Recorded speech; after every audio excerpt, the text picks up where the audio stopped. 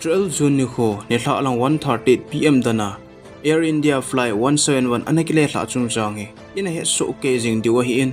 a hin la ipiti kilehlha ham len na boina ipi mam ti chu I het lo diwa hi in tuni ni kho a hen 3D ammunition to ki tho in ana ve o hite Vigilen na ehen mi jani la mi som li la mi ni ana to vin Ahmedabad muna kona London zone ding chu ana hi vin nithla alang 1:30 PM dana chun ana chiovin ahile airport muna chun minute ni tabang hi speed thenin hlain 300 km speed na phana chun ama ho jong achung lang hin ahung leng do ta win hi ama ho jong 191 meter asanga alen wa hin pilot pa chun me di ho chu call a ball in emergency ta chun len hi the te he tin asei ta na hi le connection line chu ahung tan tan hitia atan zo chun len na jong chu chunglang a leng be ta lo chun anoi lang zonin ahung ki kho su ta na hi hitia anoi lang zona ki kho sa chun len na jong a leng lengin hostel building in khat hi agata ta na hi le agata ta chun na sat ta in ahung pu ke ta na hi hitia apu ke chun len a to mi jani le mi som li le mi ni la chun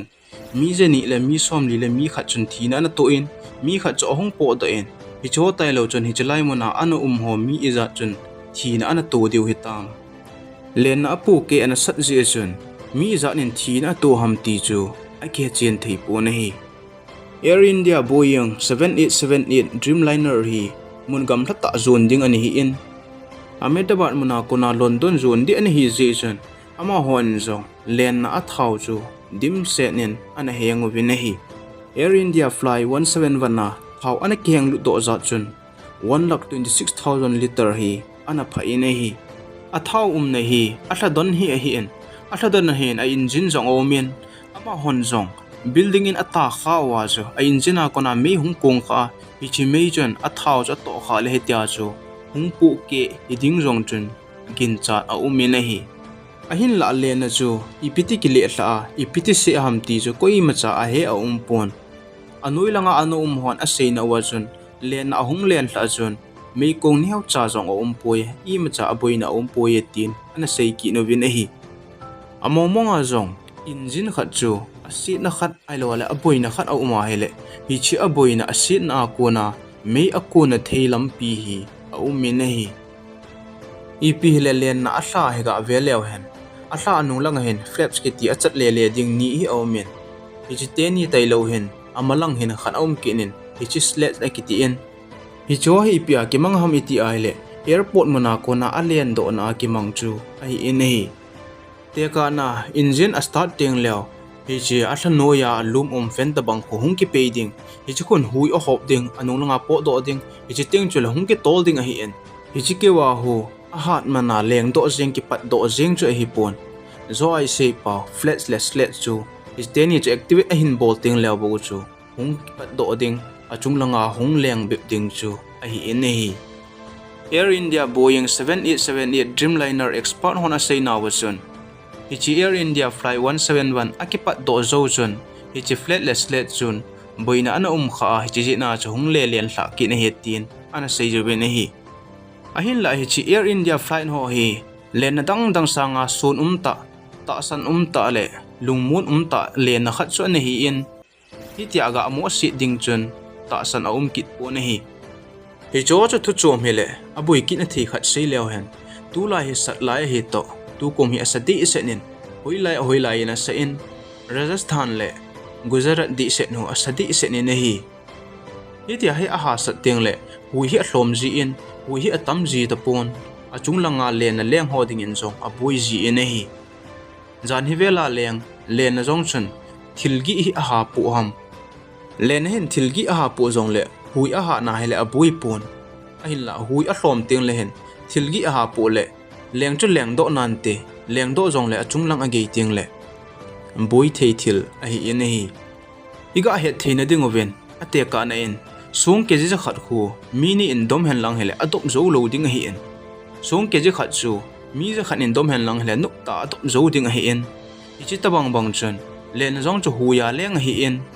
hui atam ting chu le boi pon tin hui ahung hlom kha a hele hung boi thei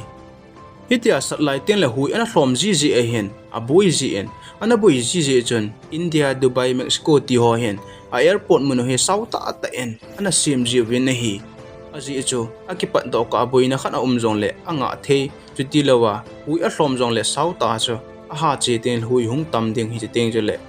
a leng do thelo ding ngong chu kipat do the dinga ana bol ji we hi loite ho le na ki ti hi anuya pat a hung kipat do a chung langa a hung len kal chu le na sunga chun boina I pi jong le pailo no chun imacha a lo the ji ta pu win hi aji chu gari ho banga anup nup nawa a hei le theo hi pon anup nup nawa anga theo hi pon hitia cha boina kha a hele huilai ham kha chu ga body bo chu a hi jing in hi alas na ding hen a boina thei kit khan hi ga sei kit lew hen hitia len na chunglang a len pe ten le vacha ham thil ham khan he hi chi anuya fen ta bang akipein a ahung len lut kha wa hele hi cha len lut na ko na hi len na jong hi sijing thei kilehlha jing thei din mun ki ne na hi vacha neu cha en le na hi te be asu boy jing na the hi ga ve ki lew hen hi chi fen ta bang akipe na muna he compressor ki ti ama sanglang hen min anung lang pen he ve ki lew chu turbine ki ti khan hi ki nen turbine to compressor ki ka hen aza jan he ki nen compressor hin hui a hin hip lu ting hui a hin hip lu chu abana combustion chamber ki ti asana hi hicha he a thau hung po do ding a hi en hichi thau ju to hui chu hung ki mix ding ita chu spray ki ka banga hu hichi langa he hung ki phi ding hichi ki phi chu turbine ko na hung po do ki ding chu a hi en hi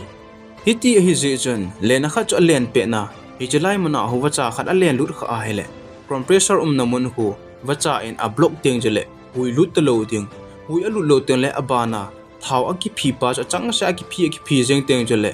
hi chi chang sa ki phi na ko na chu mei kong hi hung po do the hi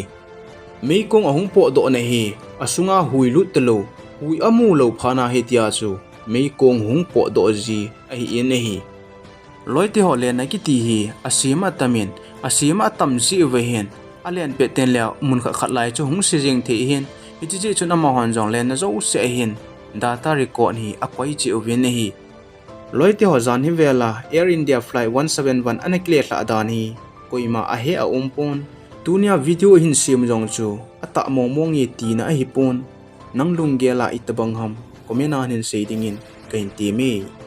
chule lenna ana kilehlha ho ana thi ho la chun inam sungwa nunga mel hoi ta khat jong hi ana zawin u na tle jingin hi jong la pathian thilgon hi mayin tin pathianin ada hla in sungmi te a hobung mi te anam mi te ho lungmona ipetaw hen lang ama jong lungmong selin chul tu mai te hen